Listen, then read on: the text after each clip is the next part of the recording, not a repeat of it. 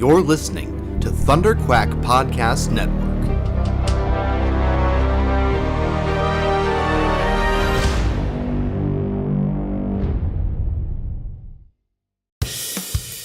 This is the ThunderQuack Podcast,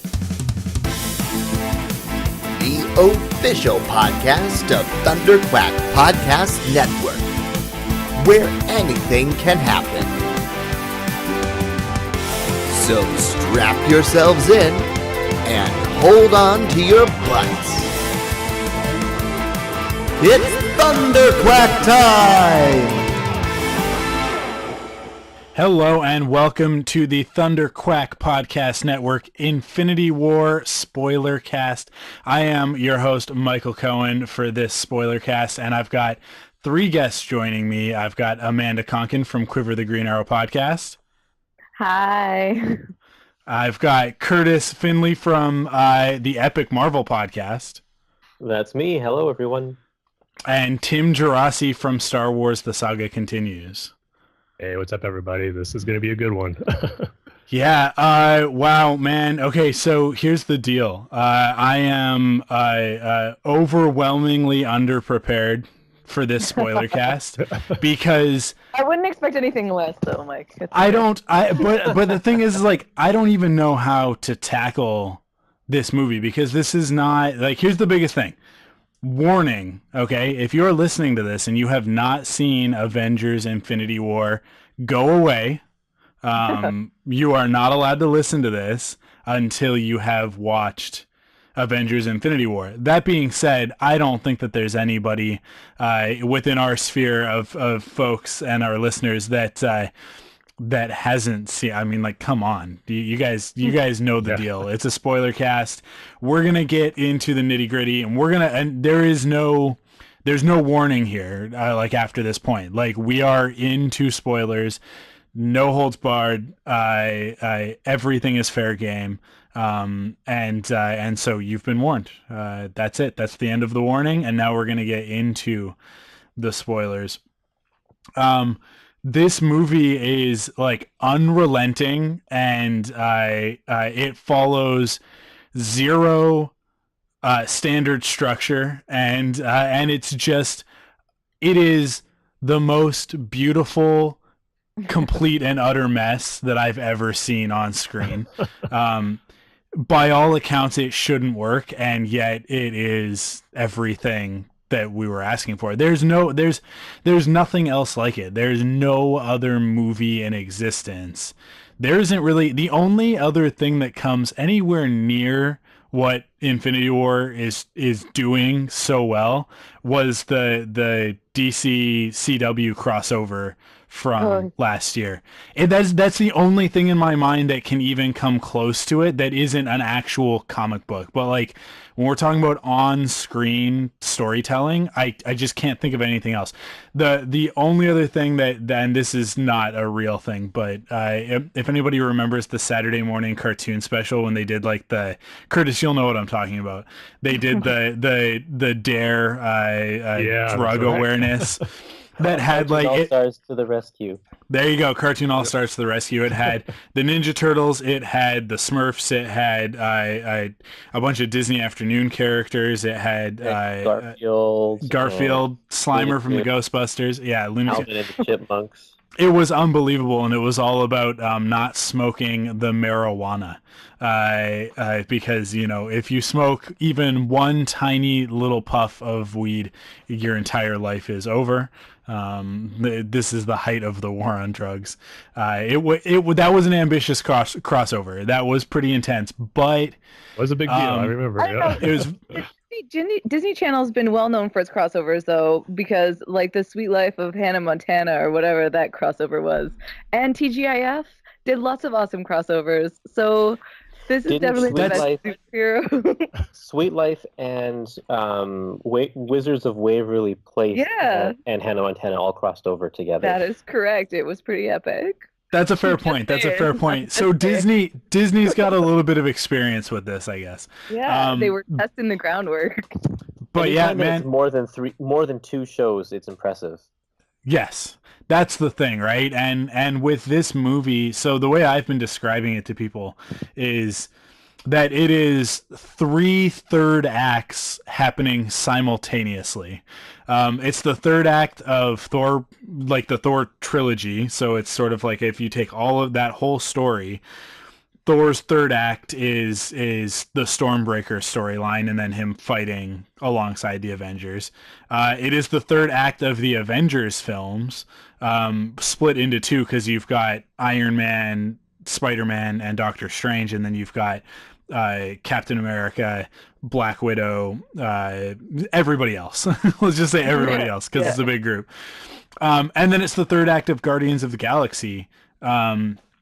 Even though like there's a lot of missing story in Guardians of the Galaxy. I think that's one of the most interesting parts of this. But yeah, it is the third act of all 3 of these aspects of the franchise, right? Even though Thor's part of the Avengers, but he's kind of got his own thing with Asgard and everything. And then you've got Doctor Strange's random sort of second act happening in the middle of this as well, because he's the only character that doesn't seem to be playing by the same rules as everybody else. Yeah. But just this incredible culmination of the last 10 years.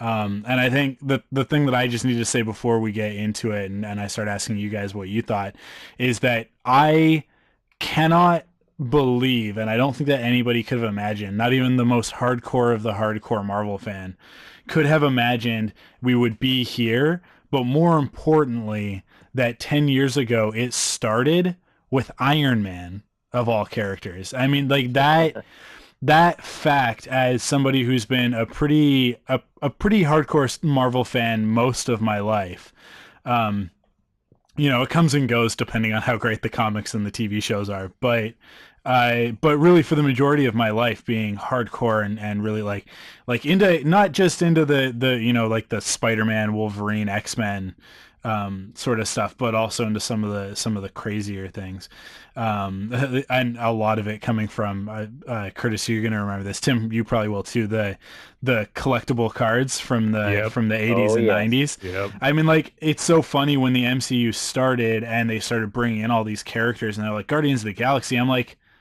I know the Guardians of the Galaxy. I've never read a Guardians of the Galaxy comic, but somehow I know the characters. And they're like, Yondu. And I'm like, yeah, I know who Yondu is. And it took me a while to figure it out. And then I remembered, oh, I had an almost complete set of the original Marvel trading cards. And the back of every one of those cards it was like having an encyclopedia. It was the best thing ever because you learned everything you needed to know about Spider-Man's web shooters and Iron Man's arc reactor and Yondu and the Guardians and the different versions of the X-Men teams and all that stuff. One of my favorite things, and maybe, hopefully, I really hope that one day we get to see this on screen. This is probably like another 5 or 6 or maybe 10 years away. But the alternate Fantastic Four, when the Fantastic Four went missing and they needed a replacement Fantastic Four, and it was Wolverine, the Hulk, Ghost Rider, and is Spider-Man the other one? It's Spider-Man, right? And it's like, I don't like that is the weirdest team, and you've got like 3 anti-heroes and then like the pillar of Marvel storytelling all together. And it was Grey Hulk at the time, wasn't it? I'm pretty sure, if I'm remembering. It was, and he had his intelligence. Those were the 4 most popular characters in the Marvel universe at the time. Yeah. And like can you imagine if we go down and honestly, I think that we are going down the Grey Hulk path at the moment. I think that what's happening with Bruce Banner and the Hulk right now, it is definitely leading to a path where we're going to have a Hulk with Bruce Banner intelligence at some point in the next few. And Mark Ruffalo actually said in an interview that what happens in Infinity War is actually the beginning of a 3-movie arc that'll be Infinity War, and then whatever Avengers 4 is, and then whatever the Hulk's next appearance is. It's gonna like a 3-movie storyline with the Hulk, and so that's where I think they're going with that. Like, is that his contract? Like he's sort of committed to doing a whole bunch of more movies? Well, this is like an offhand comment in like an interview where he's just like, what happens in Infinity War is the beginning of a 3-movie arc for that character. The thing is that they can't make a Hulk standalone movie, so we know that it's not a Hulk movie because they don't have the rights to it. Universal still has, or no, Paramount still has the rights. No, it's Universal. No, it is Universal. That's right. Yeah, Universal still has the rights to standalone Hulk movies, but but Marvel MCU can do whatever they want with the character as long as he's not headlining his own movie. Gotcha. So all of that to go back and say that, like, I could never have imagined the world that we're living in now with the Avengers on screen with Doctor Strange and the Guardians of the Galaxy, and the only thing that's missing is the X-Men at this point. And Fantastic Four. And the Fantastic Four to a certain degree. I don't know if I really miss the Fantastic Four. I know you do, Curtis, but I'm okay with that. It's not that big of a deal to me. But like if the X-Men can come back into it, that'll be huge. But I'm sure if the X-Men come back in, the Fantastic Four are coming back as well. So, let's go around and just kind of, I think, talk about what your favorite moment was. And I know it's going to be really hard to choose that out of so many great moments throughout this movie, but just try and boil it down to one favorite moment. Amanda, why don't you start us off? Oh, well, because mine's underwhelming. But that's the thing, is that nothing is, because this movie's going to be so different for everybody who sees it. So what's yours? Like, go ahead. We'll dig into it. Don't worry. No, well, the cutest moment for me, or like the funniest sort of moment for me, the Pepper Potts and Tony Stark like conversation in the park about like having dreams where you have to pee. Like, I just thought that was the cutest and like realist moment between the two of them that I'd like, and it made me like, I have mixed feelings about Gwyneth Paltrow, and I really like to see her sort of sticking it out in this franchise and realizing that like she's a real grounding person for Tony Stark's character, and it makes his journey all the more sort of real to me, because I'm not a Michael. I don't have the same like affinity for that character or like relate to him in the same way, but I think that she. And this is not new. If you listen to me talk, I often say that my way into like more of the male superheroes is through their counterparts, their like female counterparts, and how those women relate to the men. So it's I'm discovering this as I'm telling it to you guys. There's a reason why this particular moment stands out to me, and it's because it enhances his humanity and his journey as a character to like see his relationship with her.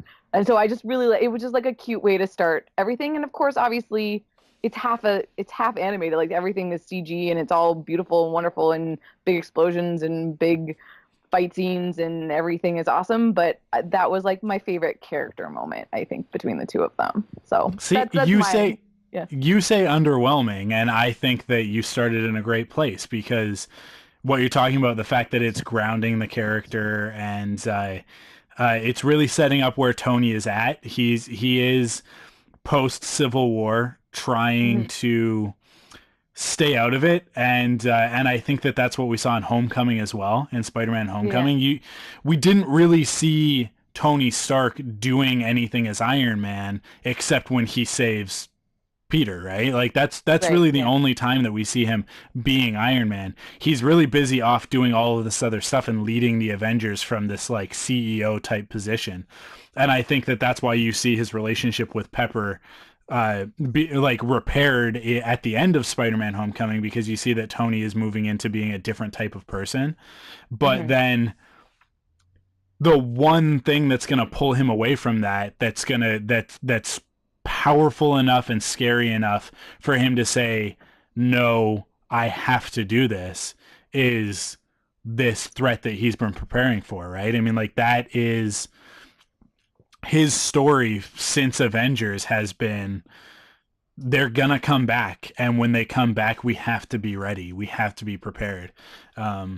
And then his storyline with Peter, it's like you don't get to have the payoff at the end of the movie with him and Peter without setting up where Tony is at mentally at the beginning. And the whole idea that he is talking to Pepper and he's saying, I'm ready to have kids, I'm ready to to settle down and make you and our family a priority, that is so huge. And it is, I really think that it's meant to be like a false flag, red herring foreshadow of his death, right? Like they are setting that up so that you're like, oh my God, they're going to kill Tony Stark in this movie. And you go through the whole movie waiting for that moment to happen. And likewise, they kind of set some stuff up with Cap, and a couple, and Vision and some other characters where you're like, this is coming to a head, and these are our characters that are not safe, right? They really do a good job of setting that up at the beginning of the movie, only to subvert our expectations. So I don't know, I think that that's a totally valid place to sort of like start with, like, oh, this is one of your favorite moments in the movie, because I love that scene as well. Well, and it's really the only non-superhero moment in the movie. Yeah. So it stands out because of that, because there's no other moment where people are just talking about something not related to the plot of the movie. Yeah. And I do have to just say that my favorite character, because I don't know a whole bunch about Marvel, I come at it sort of from the outside, but being introduced to Ebony Maw was awesome. Yes. Like, that villain was so cool, and I'd never heard of the Black Order before or any of that stuff. So like learning about those characters, and they just were really interesting to me because it was new. It was something that I hadn't experienced in the previous one. So that was my favorite one. Yeah. Maw is just the perfect, the way that they set that up, where you have Maw and then you have Tony, Peter, and Strange, and that's the team that has to go up against Ebony Maw.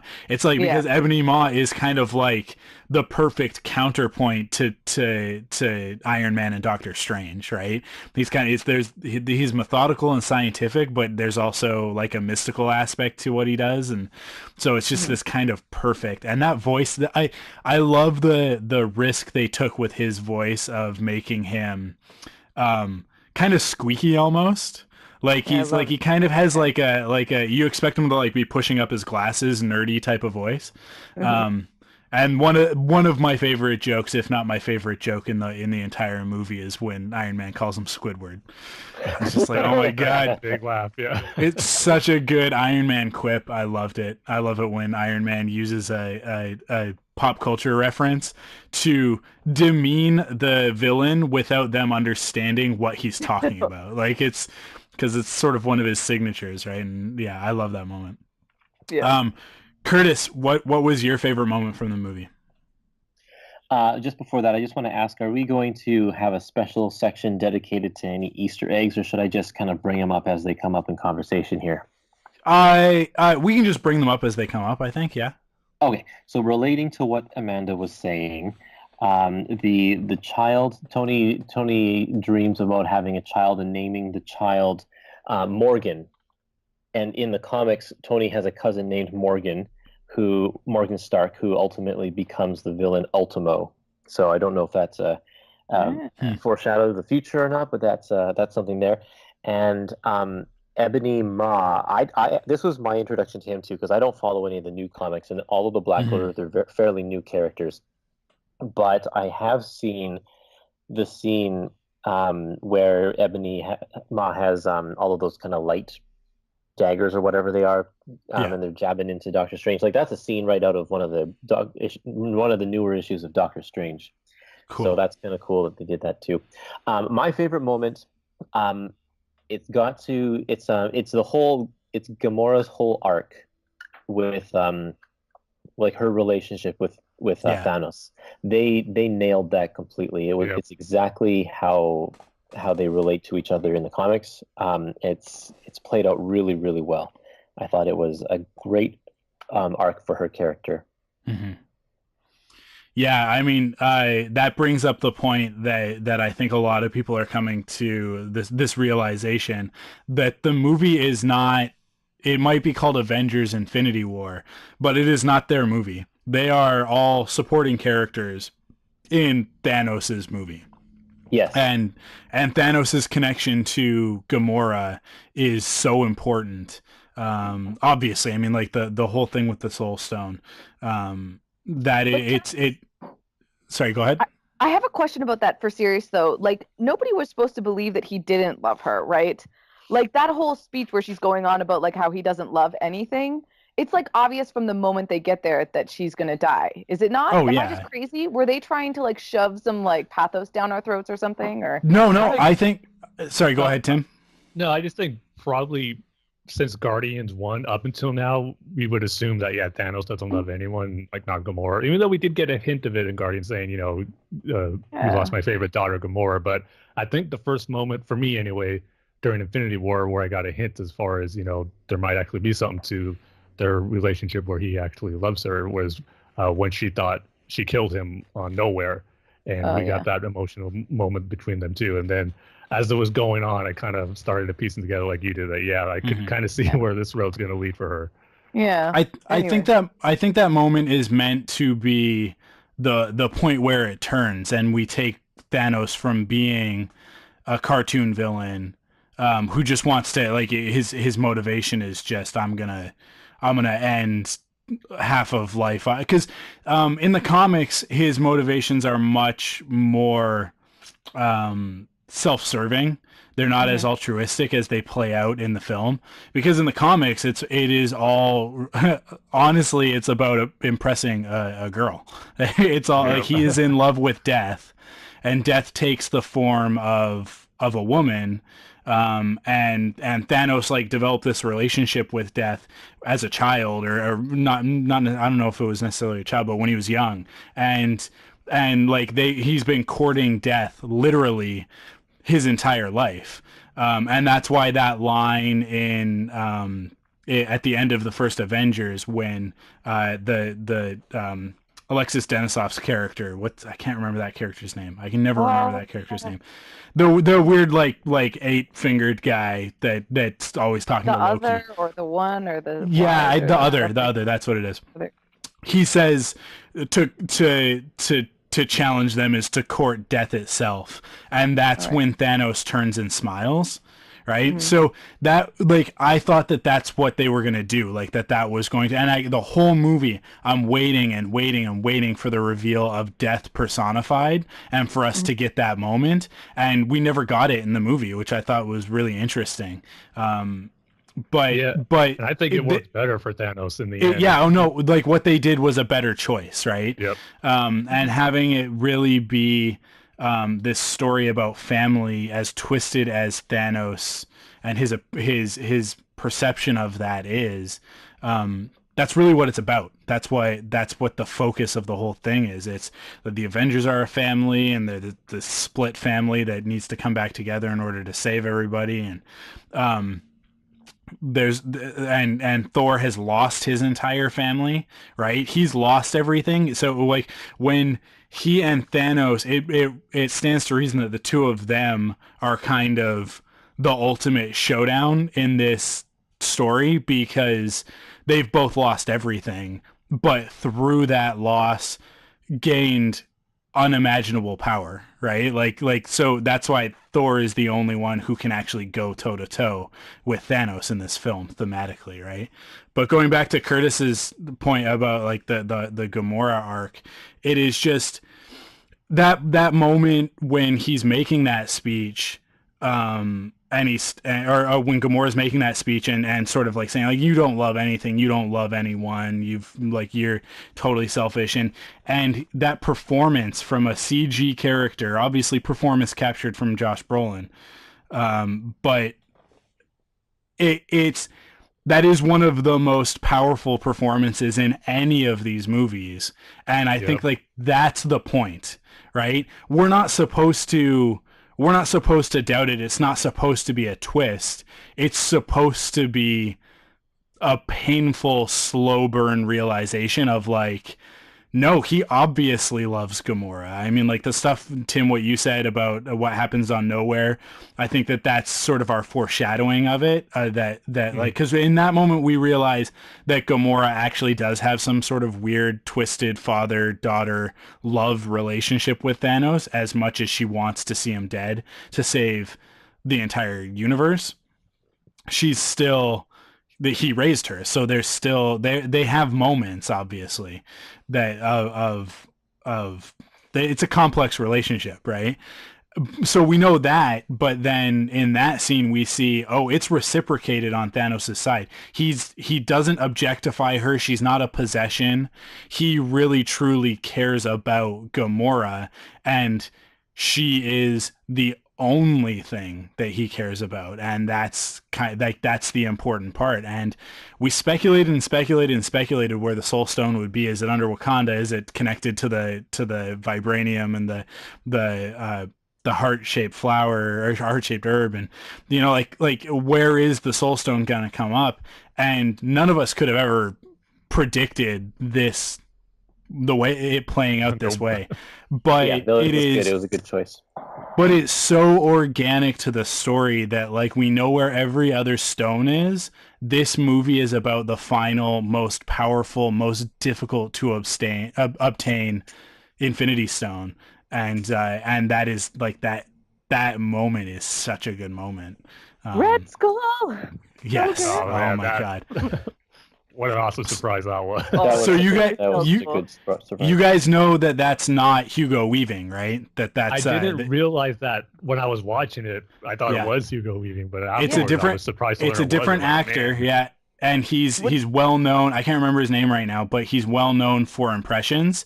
So it is very much him doing an impression of Hugo Weaving doing Red Skull. So it's meant to be Hugo Weaving. After doing Captain America: The First Avenger, Hugo Weaving basically said, kind of paraphrasing, but the gist of it is, I don't regret doing the film. It was a good experience. I never want to do one again. Like that was his, so he was just like it was a great movie. I like doing it. I think it comes down to the makeup, right? I think that he just didn't, it just didn't gel with him. He probably wasn't able to give the kind of performance that he wanted to, because he's that kind of actor, right? And I'm sure that if they would have convinced him to come back, that they could have done something different, like just giving him the dots and then, but yeah, it just didn't work for him to come back. He just didn't want to. And I think that this was kind of the perfect, like, best of both worlds. It's like we get the character back and he doesn't have to come back, and you can't even tell. And we never have to see Red Skull again. It's dealt with, right? Yeah. We know where he went. We know he's been there for however many years, right? 70, 80 years, whatever it is. That question depends on when Avengers Infinity War takes place, which is a whole other thing. But and how time passes in the soul world or whatever. Yeah, exactly. Yeah, I get the sense that he's been there for like a really long time, and so I kind of like that about it being like a different place. I got the feeling that because we know from Age of Ultron that although each of the singularities has its own property, that tapping into an Infinity Stone gives you access to all of the powers. Because if you look at Scarlet Witch's powers are actually from the Reality Stone, and Quicksilver's powers are actually from the Space Stone, right? Although they come out of the Mind Stone, so it's kind of, they're all connected. So I sort of look at it as it transported him through time and space, right? That he's been there forever, basically. Because the way that he talks about it, it's like thousands of beings have come to seek the Soul Stone, and none of them have been able to retrieve it. Cool. Tim, what's your favorite moment? And there's so many to choose from, but because what I like about this movie so much is how well it worked. Is it really felt like reading an event comic series, a big crossover event comic series. It was literally brought to life on screen. I mean, I even said when Avengers 1 first came out, that was like the perfect bringing of a like number one issue. Like if you're reading of the Avengers, it was paced just like how I would be reading an issue like that. And this one just blew that up. And like I said, it was just like seeing an event comic brought to life. And it was just awesome with so many great moments. But the one I got to say that really stood out to me was the one, probably the whole sequence and the fight sequence with Iron Man and Thanos and kind of the dialogue they had afterwards, because as I was watching it just hit me when I was seeing that whole sequence play out, is that we're seeing the character that started this whole MCU journey off with Tony Stark and Iron Man facing off against the big bad villain we've been waiting for. It's been teased so long ever since Avengers, and the see two of them go head to head and clash is like, it was just something I think really special to see. And even though it was an amazing fight sequence, I mean, seeing Tony's suit with his nanotechnology Yeah. go face to face with Thanos, that was awesome. But I just love the dialogue afterwards that Thanos was talking to Tony afterward, and the fact that he said that he knew him, I thought was really cool. Where he just goes Stark, and Tony's all like you know me, and then Thanos replied to saying, yeah, you're not the only one who's burning with knowledge. So the fact that Tony was kind of on Thanos's radar too is just adds a new layer to, their dynamic that the both of them had in this sequence, and just how the respect that Thanos had for Tony Stark after that fight sequence. And boy, when he stabbed him there, the gasp in the theater, I don't think I've heard anything like that. Probably, I would say even more so than when Kylo Ren killed Han Solo, because maybe that was kind of expected, and everyone had their Deadpool about who was going to die in Avengers Infinity War, but actually seeing Tony look like he's going to go out, that just really took the audience by surprise. And I just kept hearing a bunch of like, oh no, like this can't be happening, just for the people around me. So it was a big moment, and even though he didn't die there, I just loved how Thanos showed his respect for him. And that line we heard in the trailer, but in the movie too, it works so well, saying how, I hope the people of Earth remember you. It just felt so right that Tony would be the one to, have that respect from Thanos. Like I said, the one who started this whole journey off. Yeah. It's all culminating to this one really great moment here. So that's the one that stood out for me, just for being a great action sequence and just being a great build-up to everything we've been seeing in the MCU, starting with Iron Man. Yeah. I look at that, and I consider that scene and that moment when he says Stark and he's like, you know me, I consider that to be a confirmation of my my headcanon, which is that Thanos, everything is set into motion the moment that Tony blows the arc reactor to kill Obadiah Stane. Because if you track that backwards, and this is all retcon stuff, right? But if you track that backwards in time, Howard Stark created the arc reactor, but why? Like, where'd that idea come from? What was he going after? Well, we know that from Iron Man 2, he was trying to, it was all like he was in the middle of like trying to synthesize this foreign element that nobody else had discovered. He couldn't do it because of the technology. But even before that, he's there in World War II with Cap, and he recovers the Tesseract and studies it for a significant amount of time, because S.H.I.E.L.D. still has it as of the beginning of Avengers, right? Mm-hmm. So obviously Howard Stark had access to that thing forever. And I think that the arc reactor, the big one, was the closest that Howard ever got to replicating the power of the Infinity Stone, right? To the raw energy source of the Infinity Stone. That's why the arc reactor is blue. That's why the energy looks exactly like the portal that opens up the space portal in Avengers, right? Like there's this connection there that is, I think, not intentional, but that if you sort of put these pieces together, that there's a story there worth telling as well.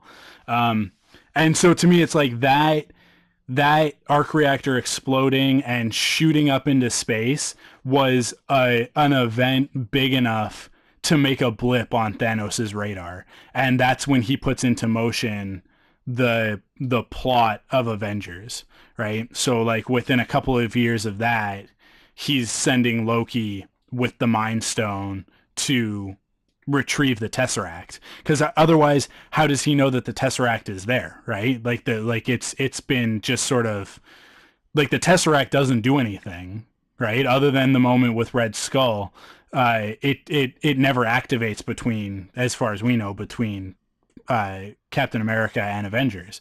So how does he even know that it's there to send Loki? And to me, it's like that's the moment that he goes, I know where the Tesseract is. I know where the Space Stone is, because its energy signature is originating from Earth. But it wasn't actually the Tesseract. It was the arc reactor exploding. So in that sense, what happens here, it really, really all starts with Iron Man, with Tony Stark, and even more than that with Howard Stark. And I think that if that's the case, this is how I justify it. Thanos wouldn't just go in there, like, 'cause we see in this movie that he and the Black Order are very methodical in the way that they go about stuff, right? They have plans and that sort of thing. So they would have researched and discovered, like, he would have sent somebody to find out what that was, like, to find where is the space stone, to discover that oh, it actually wasn't the space stone, it was this other thing, but they do have it, and that's like so that's how he knows who Tony Stark is that he knows who Howard Stark is, and he knows Tony by association, as well as then by what Tony does in Avengers, right? So it's kind of this great moment of, like, there's a mutual respect there of, like, you fought so hard for them, but I think that there's also a mutual respect of, like, you want to harness this power too. I like and then knowing from Age of Ultron, he tries to harness the power of an Infinity Stone again, right? And like you get, like, there's this through line with Tony Stark and Thanos that it's like, look, their goals are the same. It's just that Thanos is from a different world, literally, and that informs his decision making, and Tony is altruistic and heroic, right? But at the end of the day, they really want the same thing. So where Thanos goes, the solution is to kill half of all life in the universe. Tony's solution would probably be to provide clean, sustainable energy and resources for the entire universe, right? Like they want the same thing, they just go about it in different ways. Yeah, I love that moment. I think that that's one of my top ones as well. But I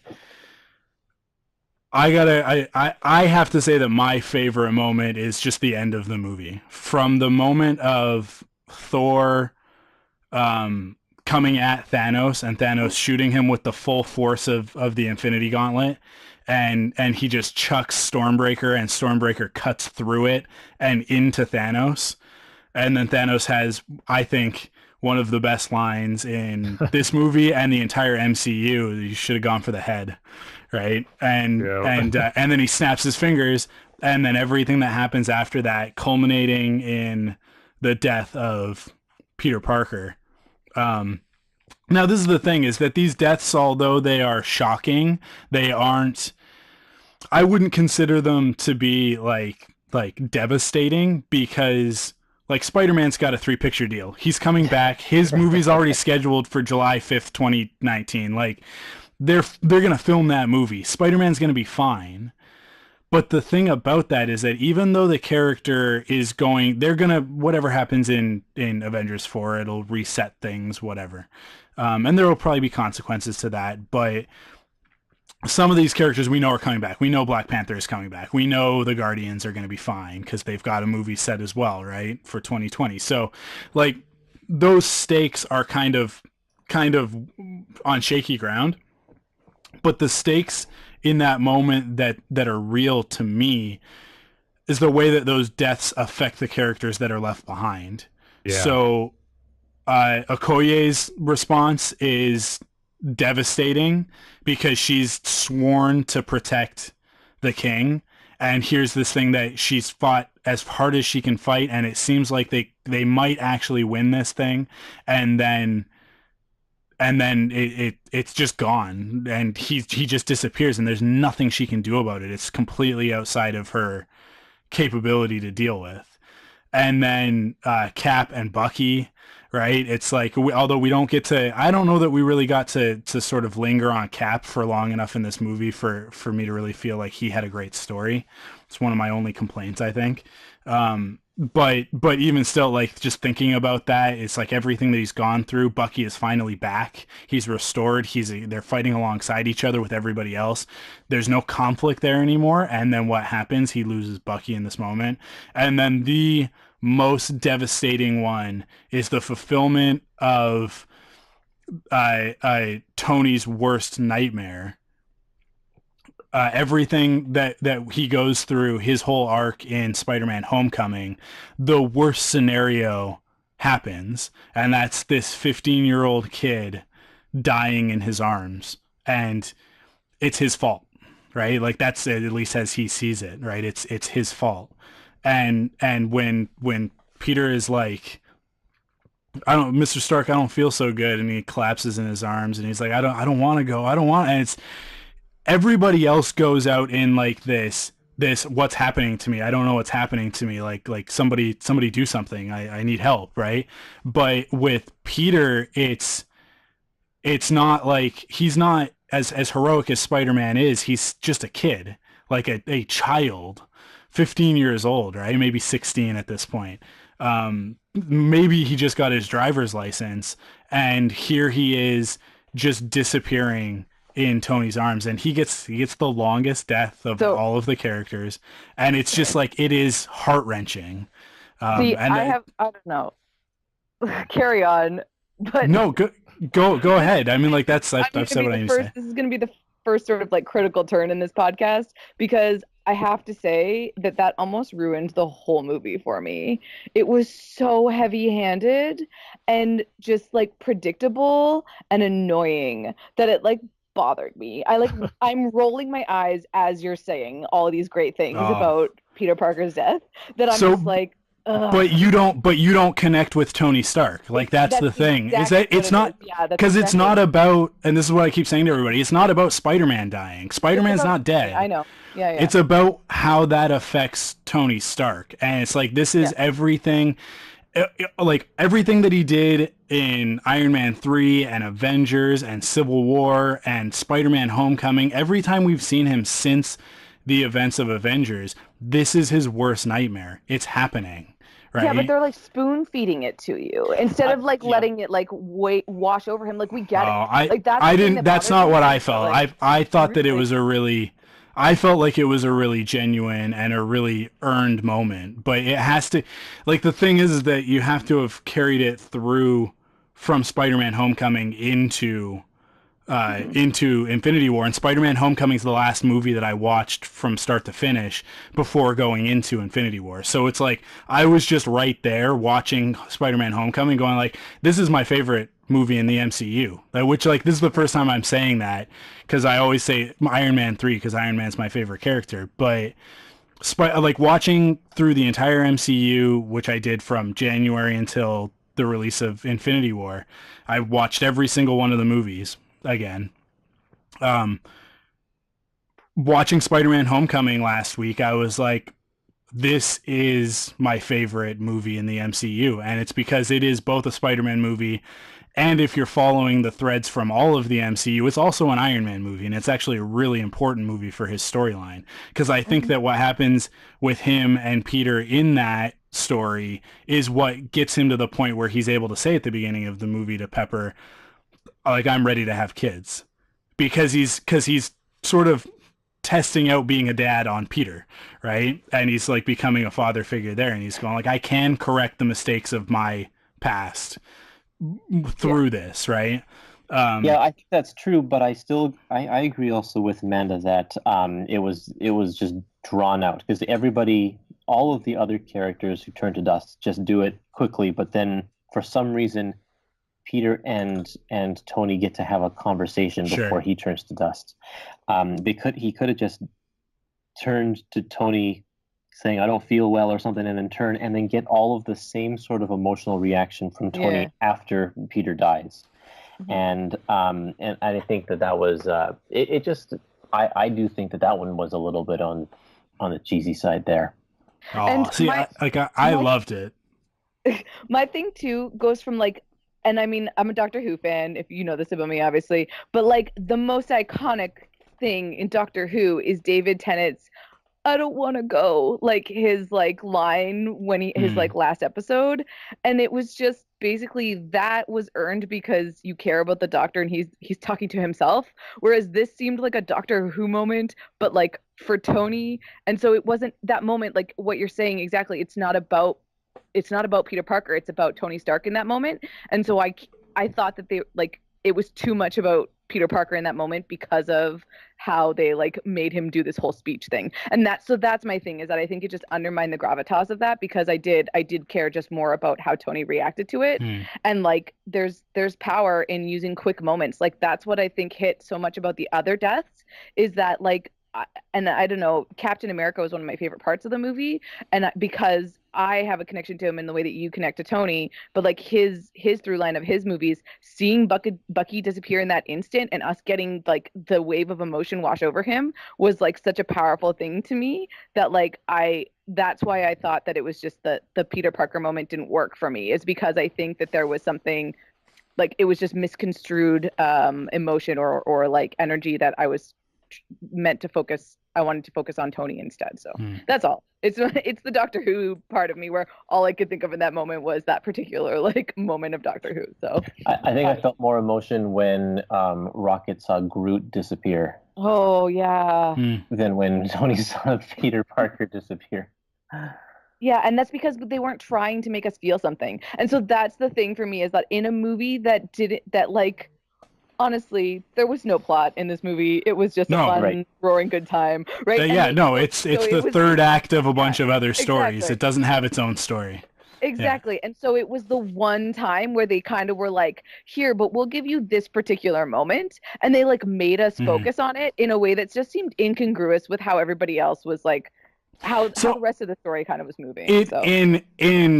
So I'll bring in a different comic book series in order to justify why Peter gets to stick around for a little while longer and make a little bit of a speech.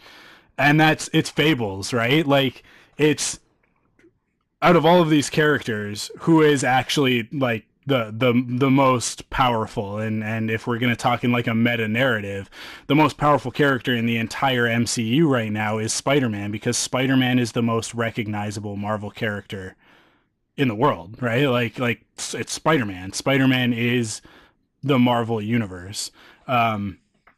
So I think that like debatable. I don't know. No, like I think that's pretty. I think that's pretty academic. Like that you Spider-Man can't kill him because you can't kill the franchise. Yeah, like Spider-Man is Spider-Man, so do you mean powerful like outside of the story, or like I mean in a like that's what I said, in a meta narrative, right? It's like Spider-Man can't be defeated, Spider-Man can't die, Spider-Man can't go anywhere because he's Spider-Man, right? Like all of these other characters are totally, like free game, right? Like our fair game. Like Iron Man can die, Captain America can die, the Hulk can die, like all of these characters can die, but Spider-Man can't. You can't kill Spider-Man. And then they kill Spider-Man, so he's got to get, like, out of everybody, I feel like Marvel sort of like owes him the most, even though like he's only had 2 movies to make an appearance in before this. But I don't know, it's how big of a deal was it when he showed up, right? It's like, how big of a deal is it when Ant-Man gets his first movie? Not that big of a deal. He's a great character. I love Ant-Man. Not gonna fight you on that one though. Right? Like, but is it a big deal when Ant-Man shows up in Captain America Civil War? No, it's just, oh cool, Ant-Man's gonna be in this one. He's really fun, right?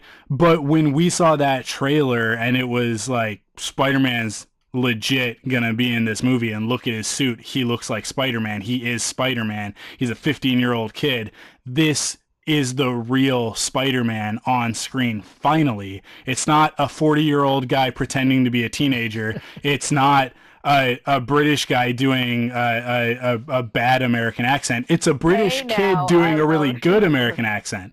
I love Andrew Garfield. No, I said you missed what I just said. It's a British guy doing a really good American accent. Oh. I love Andrew Garfield. I love you, Andrew. I love Andrew Garfield as well, but his Peter Parker. Watch Amazing Spider-Man or Amazing Spider-Man 2, and then watch Spider-Man Homecoming, and tell me who's doing a better job with the character. Like, it is 110% Tom Holland. He's doing a way better job with that character. It's partially what they're giving him to do. Like, the writing is better, but he's not a whiny, sobby Peter Parker. Like, no, he's a real 3-dimensional teenage kid, right? He's not the cliche of Peter Parker. I'm a nerd. Woe is me. My parents are dead. He's just a normal kid who's surrounded by tragedy, but whatever. We can go on to a whole Spider-Man thing, but I think that if you take that sort of like Jack of Fables, like approach to the character of like like Jack in the Fables comics is so powerful because he's not just one character. He's all of these characters from all of these different stories, and the idea that your cachet as a character gives you power, right? And like I if get your that reference now. Yes, if yes. that holds true, then Spider-Man is the most powerful character in the Marvel universe because he's Spider-Man. It doesn't like you have to create an alternate universe and call it the Ultimate Universe in order to kill that character and replace him with a different Spider-Man. Because when he died in the 616, he just came back. Right? Every time he's died, he's just come back. And it's turned out, oh, no, the real Peter Parker was a clone, but then this other guy, Ben Reilly, he's the real Peter Parker. And then it turns out, actually, no, the real Peter Parker was the real Peter Parker, but that Ben Reilly was a clone, and also this Kane guy is another clone who is also Scarlet Spider. I don't know. It's really confusing. The only important part, the only important part Spider-Man. is that Peter Parker is Peter Parker and Spider-Man is Spider-Man, and nothing you do, no matter how good the story is, Superior Spider-Man or otherwise, Peter Parker will always come back because he's Spider-Man and he's so important. So, yeah, I mean, Is he the Superman of the Marvel universe? Because that's all you had to say to me is that he's the Superman of the Marvel universe. no, because I don't think that Superman's the Superman of the DC universe. I think, unfortunately, Batman's the Superman of the DC universe. Okay, yeah, I mean, fair. But yes, he is Superman that. of the DC universe. Yeah, sure. Yes, Spider-Man is that for Marvel. Like the entire, that's what makes the MCU so amazing, is that for the longest time it existed without the benefit of having Spider-Man be a part of it. And that's like, honestly, the situation in the 90s with Marvel selling off all of the rights so that they could stay afloat and not go under, it seems, as we deal with like rights issues and whatever, like it's a pain in the ass and it's terrible, and I wish that they just had all these characters. But without being pushed up against the wall like that, I don't think that we ever would have gotten the Avengers. It never could have happened except how it happened. Which brings me to one of the most important parts of the movie, and now that we've talked about our favorite parts, let's talk about speculation for Avengers 4.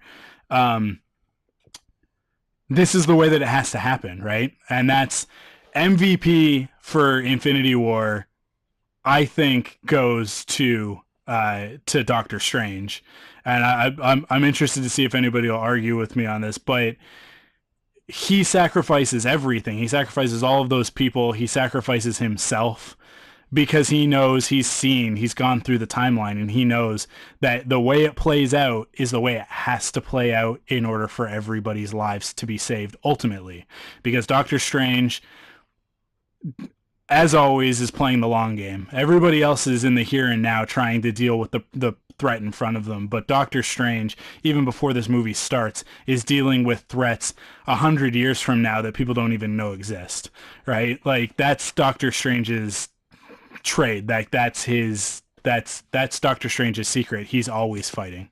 Right. And that moment when he gives Thanos the time stone, knowing full well, like, this thing is that Benedict Cumberbatch is the only one who was allowed to read the entire script, and he had to Really? Yeah, nobody else. Everybody else just got to read their parts, sections, the things that were relevant to their character, right? But Benedict Cumberbatch was allowed to read the entire script because Doctor Strange, at the midpoint in the movie, has to know how everything plays out. And his performance from that point forward, when he comes back from doing like the crazy exorcist head thing, from that point forward, he doesn't really say a heck of a lot. And like, he goes from being very quippy and very like Tony Stark, you think you're so great, to being very uncharacteristically quiet and pensive and just kind of there. And then he gives over the Infinity Stone, and then at the end of the movie, he says as he's dying, he says to Tony, "This is how it has to happen," right? Because in that moment when he gives over the Infinity Stone, he's sacrificing everything seemingly in order to save Tony Stark. And I think that right there is like, that to me is the key, and that's what Avengers 4 is going to be about, is Tony realizing that it has to be him, that whatever they do, finding Thanos, getting the Infinity Gauntlet, unsnapping the fingers, however they have to do that, I think it has to be Tony. And I think it's either going to be Tony dying, to sacrificing himself in order to restore everything, because nobody else can hold the Infinity Gauntlet, like a human being can't do it, or it's going to be Tony and Steve together. And that's going to be like, they're going to have to come back together, and that's going to be our moment of the two of them reconciling and saving the entire universe, but sacrificing themselves. So I mean, surprise, surprise, I'll be the one to fight back against it a little bit. I think that you see it as Tony being important because of your relationship with Tony Stark. I think it's just an overall, like, I don't think it's about Tony specifically. I think it's about like other things, about everything playing together. I don't think it necessarily has to do with Tony dying. Like, I think it's just about how everything plays out all together, and he uses that as like a ruse, or as like the reason to give up the time stone. Is like, I don't know. It just seems but then otherwise he wouldn't have bargained with Thanos to spare Tony. Yeah, because it should have been like, if he knew that was the outcome, just to give him the time stone, he probably would have done it right when right when it was just him and Thanos talking, would have given it to him right there. When he had Thanos talking, I don't know. I just don't want it to come down to like something banal. I don't know. I guess it will. You think it's like, banal that the character that started the entire MCU is the character that has to sacrifice himself in order to save the MCU? Because I think that's a million different ways that it could have ended, and that's the thing that can end it. I don't know. Well, no, it's not. It's not that moment. That's not the moment that ends it. Tony has to survive that moment so that later on in the future he can end it. Like, you're not thinking fourth dimensionally. Like, you got to get to the point, the end of Avengers 4, and then we'll go, like, guaranteed. Like, Tony will do whatever he has to do. He'll sacrifice himself. He'll get a moment to after everybody's been restored and everybody's back, to make a speech and be like and then go away or whatever. And that'll be the moment that Doctor Strange goes, "See, I knew it would be fine. I told you everything would be fine." And then he's gonna die, right? And it'll be like, "Oh, well, except for that part. You have to die though." That Tony has to die at the right moment. Yeah, well, Tony has to sacrifice himself to save everybody, not just die a meaningless death. Because I think that's the thing, is that if Thanos kills Tony in that moment, then it's a meaningless death, because eventually he will get all of the Infinity Stones. Strange sees this, like, he has seen it.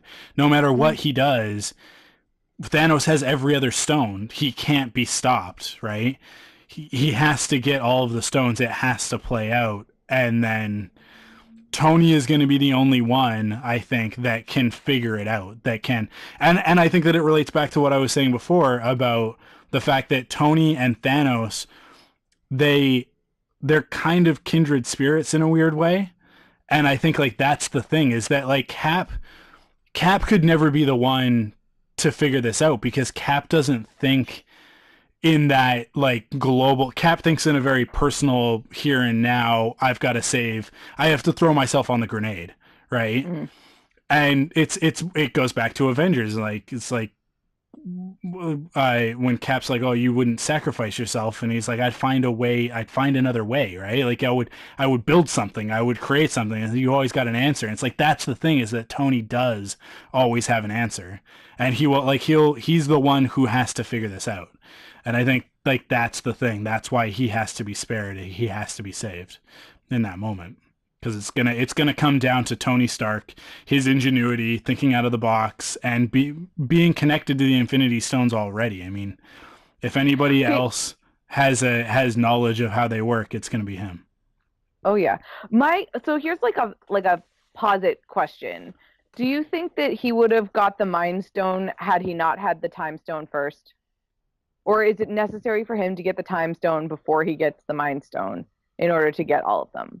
Because the thing that like sort of throws the crux in this, that like from me thinking from like a Doctor Strange perspective, is the idea that like in Doctor Strange's world, had he not chosen to give up the stone, it would have been the last thing that Thanos would have gotten was the Time Stone. And I think that they would have destroyed the Mind Stone before he got to it, and they would never have gotten the Mind Stone, and therefore he would have just like continued to like scour the earth and kill everybody. I don't know. I just like don't think it would be possible for him to get the Mind Stone without the Time Stone. So it seems like an odd thing for him to give him in that moment. Like he needs the full gauntlet to be able to like stop. Yeah, that's a good thought. Yeah, well, I think that's 100% accurate. That like even if they stopped him from getting the Time Stone and the Mind Stone, he still has the most powerful stone, the Soul Stone. He's got the Reality Gem and a space. So it's like he can go wherever he wants, do whatever he wants. So he would still wipe out everything. Half of all life in the galaxy and the universe. It would just take him a lot longer to do it, right? Yeah. So yeah, I think, and you know, I don't know, maybe eventually somebody is able to stop him, maybe Adam Warlock or something like that. So maybe that's one of the ways that the timeline plays out. But in order for that to happen, so many lives are sacrificed in order to stop Thanos, right? And all of Earth was probably wiped out just out of spite, right? In the same way that he wipes out all but one of the dwarves, right? Right. Yeah.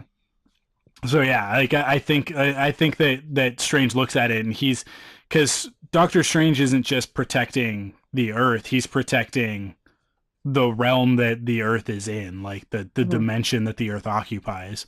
And that means protecting the entire universe at times, right? So I think that he thinks on that, like, he doesn't even just think on an intergalactic scale, he's thinking on a cosmic scale of everything. And so he's looking at it and going like, no, we have to...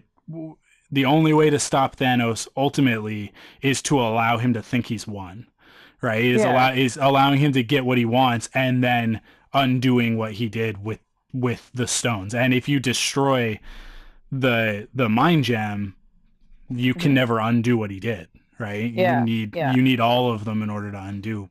Yeah. And to hit the undo button, to hit Control Z.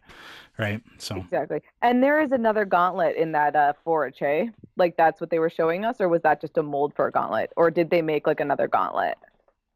Like that was the thing, is that they did that close up of that gauntlet in the forage. Yeah. Is that to show that there's like a very clear like they can make another one if they really need to? Because the gauntlet is destroyed, right? Like that's the thing, but the gems are all still okay. Yeah. So I don't know.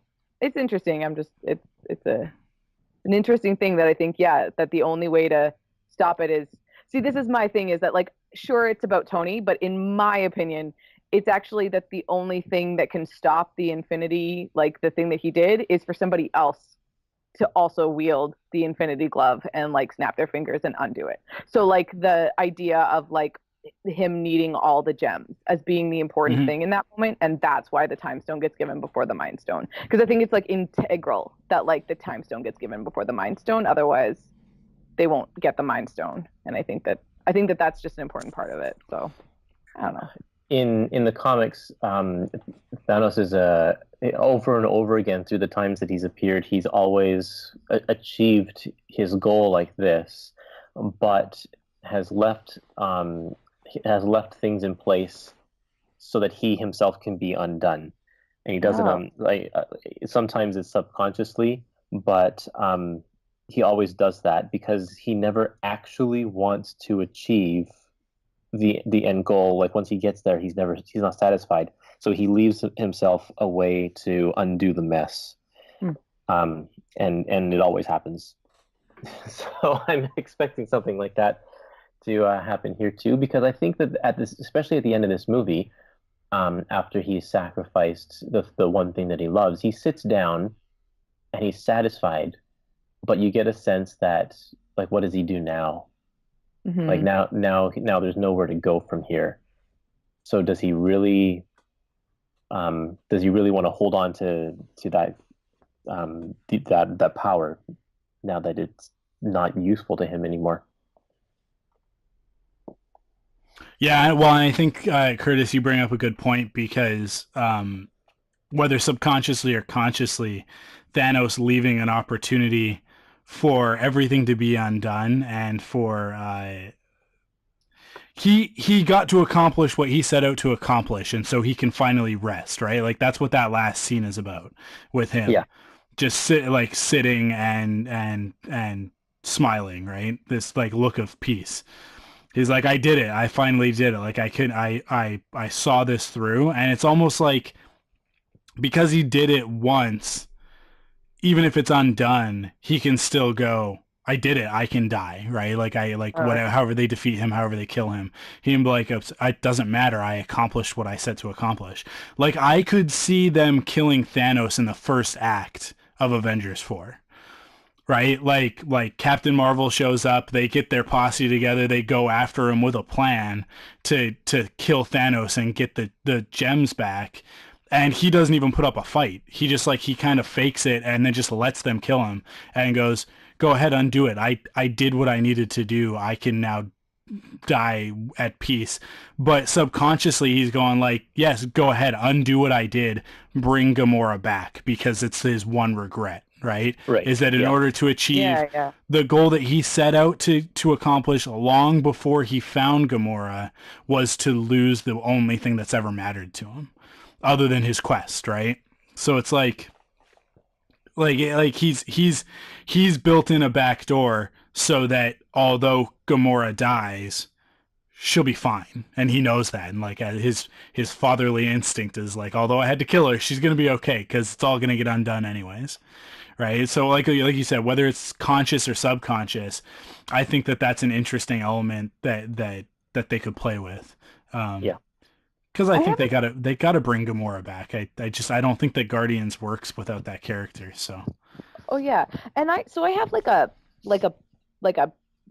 rumbling question or something that's like irking me, is that does it undermine sort of the storytelling for us to know that there aren't stakes with these deaths? Like, is there something about it that does it somehow make its story lesser because we know that they're not?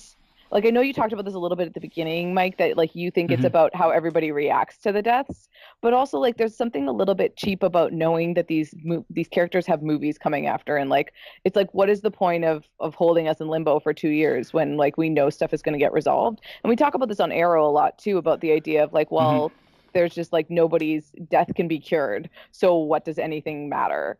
I think that's an interesting creative question, and I'm just curious as to what you guys think, because I've sort of said a little bit about it is about the reactions of the characters, but also I know that it didn't hit me very hard because I kind of am well, they're killing too many people for it to be for real, except for Loki. So sad, Loki. Anyway, I think there's two camps. I think that if you are a casual MCU fan who just goes to the movies and hasn't read any comics and doesn't know how things work in comic books, that you're watching this movie going did they really just kill all those characters? And you don't know what the slate is. You know that Ant-Man and the Wasp is next because there's a trailer for it, and you know that there's a part 2 to Avengers because the end of this movie tells you that there's a part 2 to Avengers. But you're watching that post-credit scene and you're like, why does the Thing turn into a star at the end? What's the red and blue? That looks like Superman's logo or something, right? You're confused by that. People in my theater. I think that there's that camp, and then I think there's the other camp, which is us, which we're this is a comic book story, exactly what Tim said. This is the event comic come to life, and we know full well that the end of this story is going to be an epic, ridiculous nonsense thing with repercussions for the next story, or in comics the next 6 months to 1 year, and then the next event will just reset it. It's that's what's gonna happen. But the thing is that if you've been reading comics your entire life, as long as the event is told well and the story that comes out of it, the fallout, is also a good story, and then the way that they restore it is also a good story, who cares? Right? Because we're just telling stories, right? the same thing happens in, like, if you watch an episode of Star Trek where the Enterprise is blown up and everybody on the ship dies. It's like, that's not going to be how the episode is going to end, because you can't just kill off all the cast. The show's ongoing.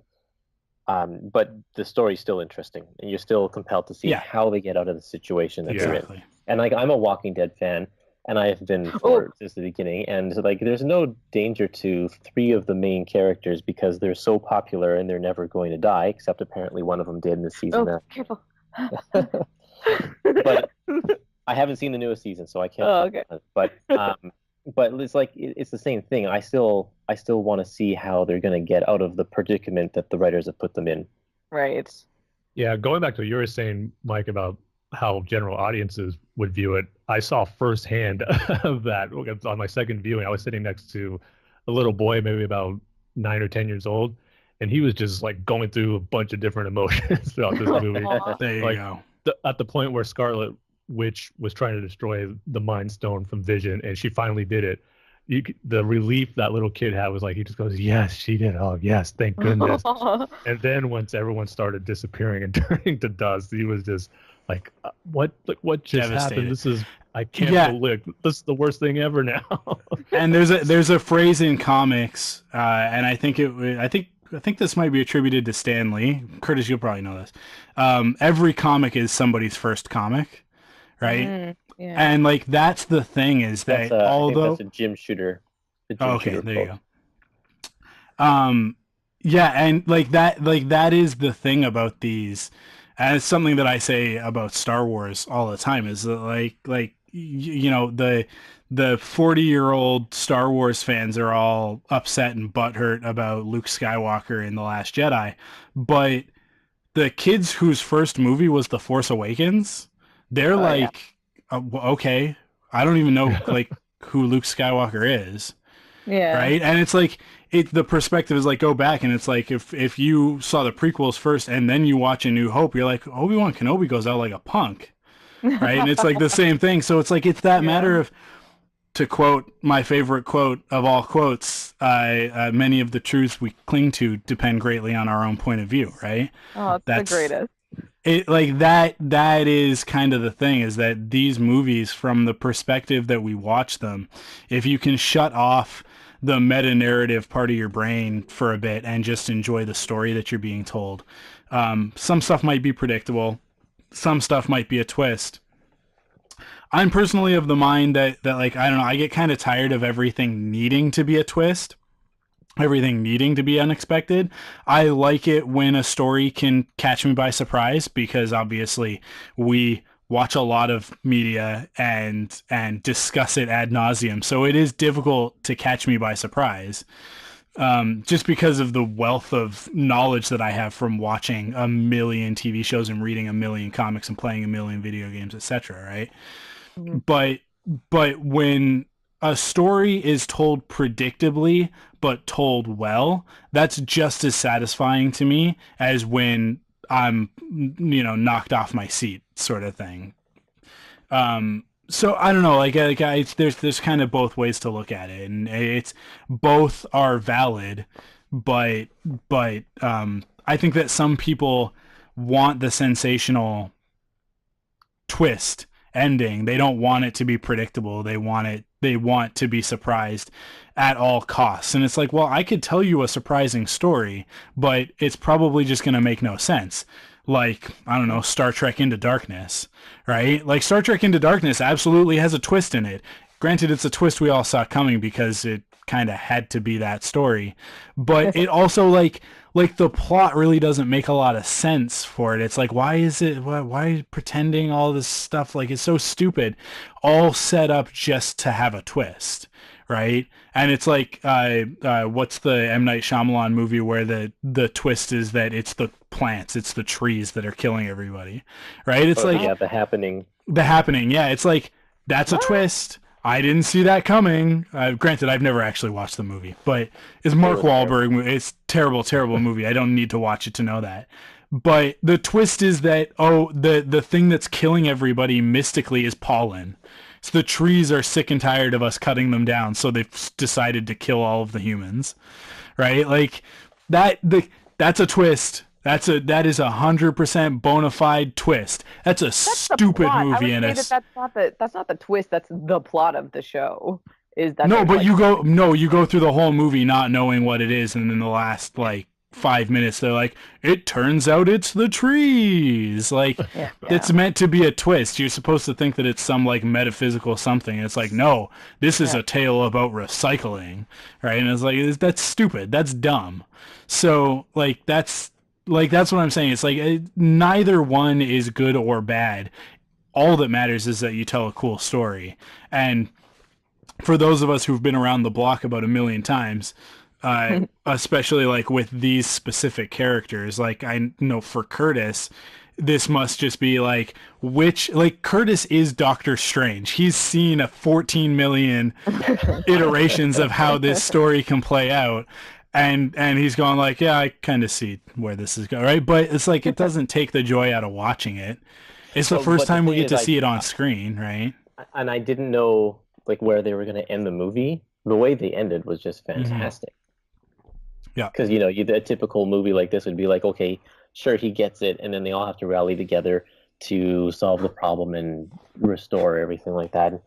But yeah, no, to have it end on such just a bleak note like that, yeah, or a happy note depending on if you're rooting for Thanos. Well, I need to see it again, but maybe one of you guys can confirm. Is the last line is Cap saying, "Oh God," right? Yeah. I don't think anybody says anything after that. Like that is like, because everything happens, everybody dies, everybody's really upset, and then you cut back to Cap, and he's on the ground on his knees, and he just goes, "Oh God," and it's his realization of like, we lost, like Thanos did it. Right, and it's sort of like it's a slow burn for him where he realizes like there's no I think from his perspective there's no coming back from it. Like they lost, it's over. And then we go to Thanos on whatever planet, relaxing or whatever, right? But there's nothing else is said until the after credits scene. I guess so. Yeah, you're right. Yeah, can I say just honestly though how disappointed I was for like 30 seconds when I legitimately thought that house in the middle of like a greenery scape was going to be like Hawkman or Hawkeye like busting out of his like vacation home and like coming to save the day or something, where I like was like, ooh, and now we're gearing up for Hawkeye, and then I was like, oh no, this is just the end of the movie and it's Thanos. And I just was like a little disappointed that I didn't get my way, as absurd as it sounded. But like honestly, I wanted something, because that's what you're so used to in movies, that like everything sort of decrescendos and terrible things happen, but then like it fixes itself before it's done, and nothing gets fixed in this movie. And I guess the only solace is that we know that obviously there's another one, but still, it's an interesting conundrum for pop culture right now that like you won't enjoy this movie if you haven't seen all the movies, and you won't enjoy it until you see the other movies that also follow it. It's it's an awesome time to like be alive. But only if you like watching an excessive amount of television or movies. So it's funny because at the same time that it's the third act of all of these stories coming together, it's also the first half of a story. Like the other half of the story is on the other side of this next year, right? So yeah. Cool. Well, I said who my MVP of the movie was, Doctor Strange. And I think his best moment was when he does the arm thing. The arms all come. I was like, that is like so perfectly Doctor Strange, and I think one of my like standout moments in the movie for sure. But do you guys the images of Icon? Yeah, that's a spell that he uses in the comics quite often. Oh, nice. Yeah. It's that's what I was gonna say. It's like straight out of the comics, that moment. So, so he's my MVP. Does anybody have a different one that they want to shout out? I don't know if I'd give him like MVP for like the overall role he played in, the battle and all that, but I got a soft spot for Rocket, and I got to say one of my favorite moments was kind of him taking on the responsibility of being a captain, even though it was just him, Groot, and Thor. But when he saw Thor was, getting down about everything he's lost, and he, in his own Rocket way, was there to be there for him and console him a little bit. Just like the next step in like Rocket's character growth. I thought that was a cool moment for him too. Mm-hmm.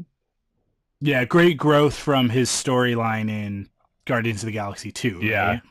Where he's like, the whole thing is like, yeah, you're a jerk. That's him and Yondu. They're both jerks. Everybody hates them because they're jerks, but they're jerks because they care, right? Like it's because they don't want people to know that they care. So here's Rocket having grown, because it's the thing about the Guardians characters that you have to remember is that Guardians 1 and 2 take place 4 months apart from each other, and Guardians 1 is in 2014. So, or 2014, 2015? I don't remember, but 2014. Yeah. 2014, yeah. So this is now whenever 2018 or 2020 or whatever year this is, the Guardians have been together for a really long time. And that scene when we see them, the first time we see them and they're playing the music and everybody's bopping along and Gamora is not like kind of like enjoying the music. She's like full on singing and dancing with them. Right? Yeah. And that couldn't be more clear. That's James Gunn, who consulted and sort of like helped with the Guardian scenes, saying like, we need to show that the Guardians, that a significant amount of time has passed. She's not just kind of like bopping like at the end of the first Guardians. she is full on dance battle. If that played out again, it would be like the whole team would now dance battle against Ronan. Like it wouldn't just be Peter Quill, and she wouldn't just do the head shake. No, right? Yeah. So, like that to me is so cool that they managed to show that like there's a whole other story that takes place with the Guardians between Guardians 2 and Infinity War. But Guardians 3, interestingly enough, will not fill in that gap. It takes place after Infinity War. So awesome. That's okay. Though I'm down for that. Oh yeah, I'm fine with that. Like you can just write some comics or an animated series or something to tell me what the Guardians were up to in between. But isn't there an animated series that tells? There is an animated series. It's not very good though. So no, it like has no connection to the actual movies. Yeah, so. And it's very, very dull, and the jokes don't land, in my opinion. But Kurtis, do you have an MVP? Yeah, I'd like to call out Thor for this award. Oh yeah. This is why I brought it up, because we haven't talked about Thor yet. Yeah. Go ahead. Because he was so focused and determined and driven the entire time, and willing to do whatever it took, including harnessing the power of a star. It was and it's all out of grief, because he had just lost not just his home, but then the people he saved also are gone. As well as Heimdall and everybody, and Loki, and so his arc was very different, because he was no longer the jokey fun Thor that we knew in Thor Ragnarok. He progressed to being more just hardened because of everything that he had just experienced. Oh yeah, except for the beard moment. That's got to be one of my favorite jokes in the movie. Oh, so good. Yep, I really liked the creation of his new hammer, Stormbreaker, which is actually Beta Ray Bill's hammer in the comics, and we see Beta Ray Bill's head carved into the Grandmaster's palace with Huffman's head. So I wonder if those two if Beta Ray Bill and the hammer Stormbreaker will ever meet. That'll be nice. I also like the little touch too that it's part of Groot is the handle for Stormbreaker too. That was a little cool. That was role we got to play there. Yeah, one of my favorite moments, and had someone not, I wouldn't call out Groot as like my MVP, but definitely that moment was one of the standouts for me. It was just a cute little payoff character. Everybody in the movie, all of the characters get a moment, right? And that is absolutely Groot's moment of like, he's this sulking, angry teenager the whole time. But then when it matters the most, he's there, right? Because that Stormbreaker is kind of like, it could have been the deciding factor. And I think that it saved a lot of lives up until the point that Thanos wins. But, I mean, Thor, he earns it, right? Like he definitely, his return to Earth, and he just decimates, because when that battle starts, and it's like the trailers never gave us the full scope of what that battle was.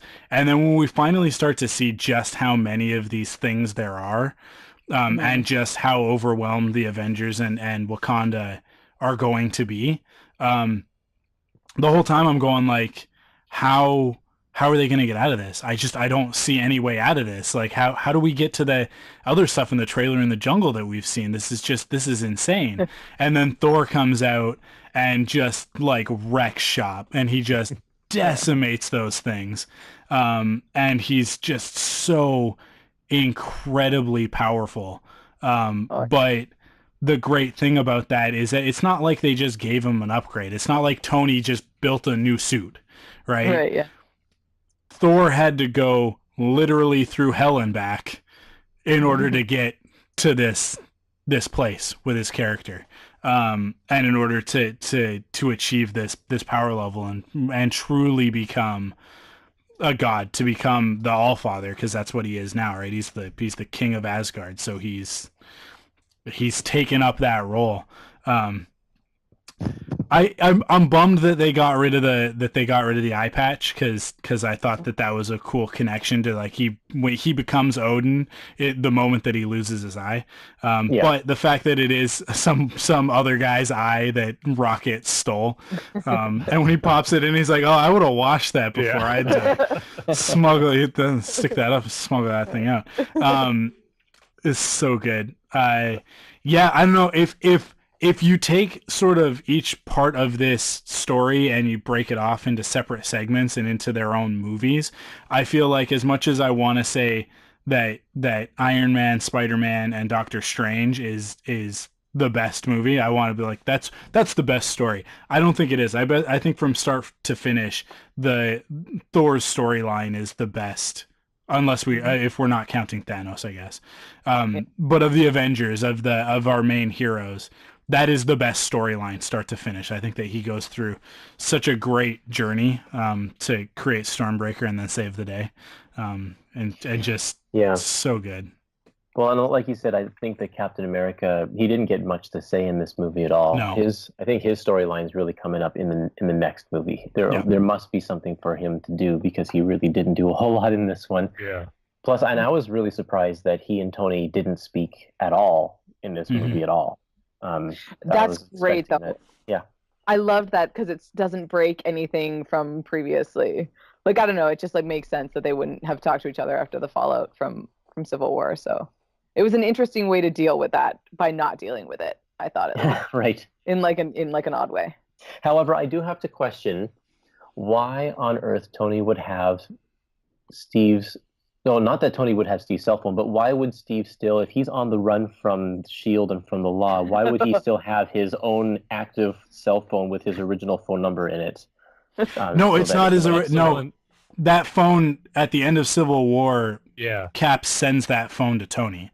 That's why it's this crappy flip phone. Yeah, because it's a burner phone. So it's basically paired, right? Like each one of them has one of these burner phones, and it's literally just to call the other. Because I'm sure that Cap kept one as well. That's like, if I ever need Tony, I have a way to reach him, right? Right. Gotcha. I forgot about that. I totally did as well.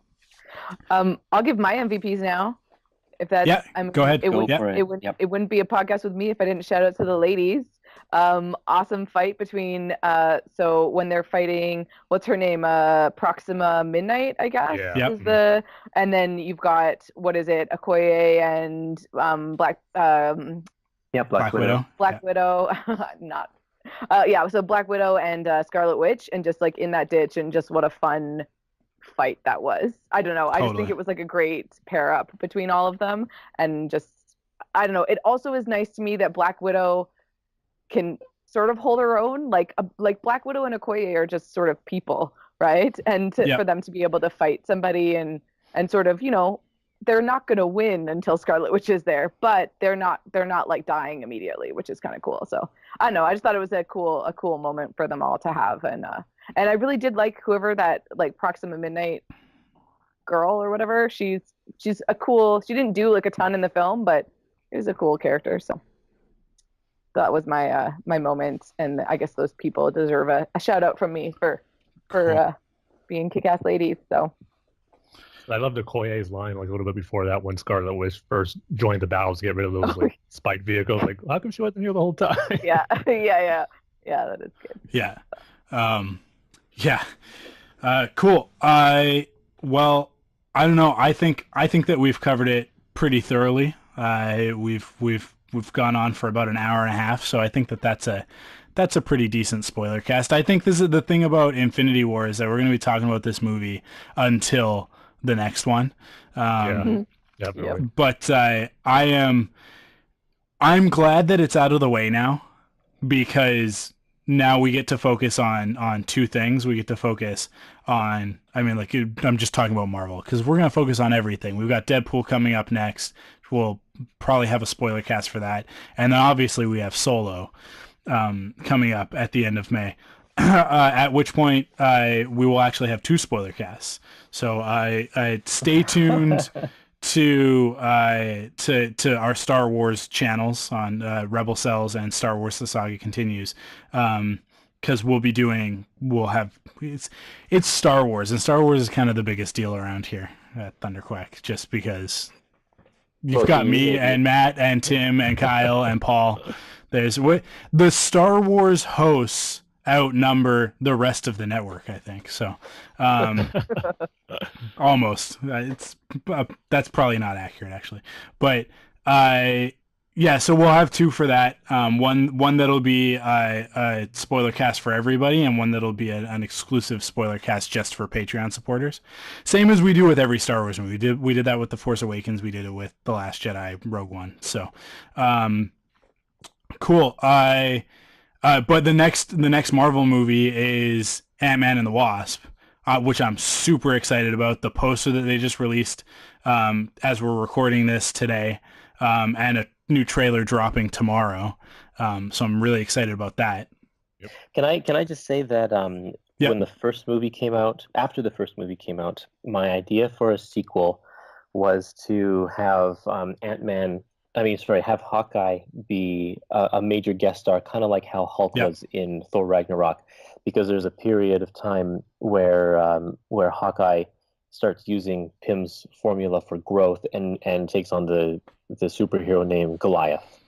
Cool. So it'd be great to just have him in this movie and put all of the shrinking, growing guys all in one movie, because otherwise Hawkeye doesn't have a huge role, and just in general in the movies. And then once I saw that he wasn't in Infinity War at all, and especially with the little line that they said in there with him and Scott Lang off on some sort of other mission or something, I think it would be a perfect opportunity to have Hawkeye in Ant-Man 2. Well, if they're going to reveal that to us and not leave it as a surprise, I think that we'll probably find out about it tomorrow when this new trailer drops. I wouldn't if it's going to happen. If that's going to happen, I would imagine that's what this trailer is going to be. This trailer is going to have like the Spider-Man moment of like everybody's been going, "Where's Hawkeye? Where's Hawkeye? Where's Hawkeye? Where's Ant-Man? Where's Ant-Man? Where's the Wasp? Blah blah blah." And Ant-Man and the Wasp is going to answer that question, I think, to a certain degree. And I think that part of the answer to that question might be that by the end of the movie they figure out how to travel to the what do they call the dimension? The quantum realm. The quantum realm. They figure out, and they go there. Like that's the end of the movie is like Ant-Man, Wasp, and Hawkeye going to the quantum realm. Because I think that there's going to be I know that Michelle Pfeiffer is in it and that she's going to be Janet Van Dyne, but the original Wasp. But I think that stuff will be flashbacks. I don't know if that stuff will be present day. Like, but I think that she wouldn't be old in the flashbacks though.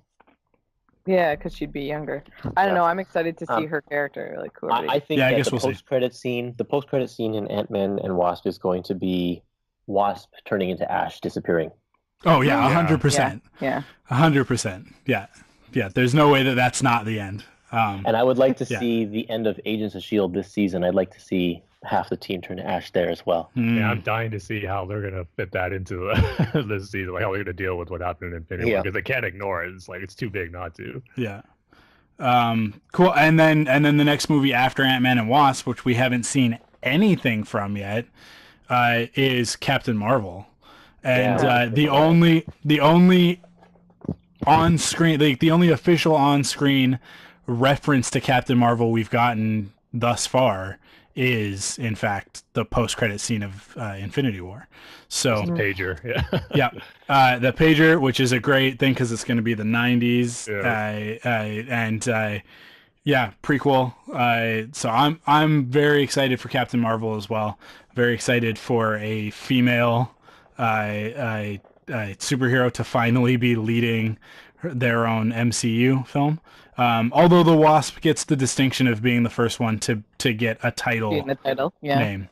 But it's great that they're kind of back to back, right? It's like, okay, let's pull our heads out of our butts and even this up a little bit as quickly as possible. But cool. That's it for this one, I think, unless you guys have anything else to add. Oh no, we could go on for another 2 hours. Of course we can. Of course we can. Yeah. All right. Cool. Well, you know where to find everything. ThunderQuack.com. Head over there. You can find links to all of the other podcasts. We're in the middle of, like, if you're listening to this on release, we're in the middle of basically a remodel for ThunderQuack. So you can still find all the links there, but you're not really going to find much of anything else. Until I get around to finally getting everything up and running on the new site. But we've got some exciting new stuff coming in May and some announcements and that sort of thing.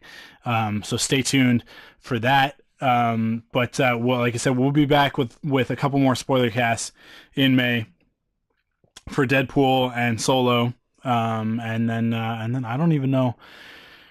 Been so focused on Infinity War and Star Wars that I don't even know what's after that other than Ant-Man and the Wasp. But I know, Jurassic World. So maybe we'll have a spoiler cast for that as well. Oh, there's a movie I just watched, Ready Player One, this weekend, and there's like a YA movie that I wasn't even on my radar, but it's something called The Darkest Minds, and it looks kind of sci-fi to get us through the end of summer with lighter fare. So I don't know, that looks kind of cool. Okay, well, I'll leave that spoiler cast to you.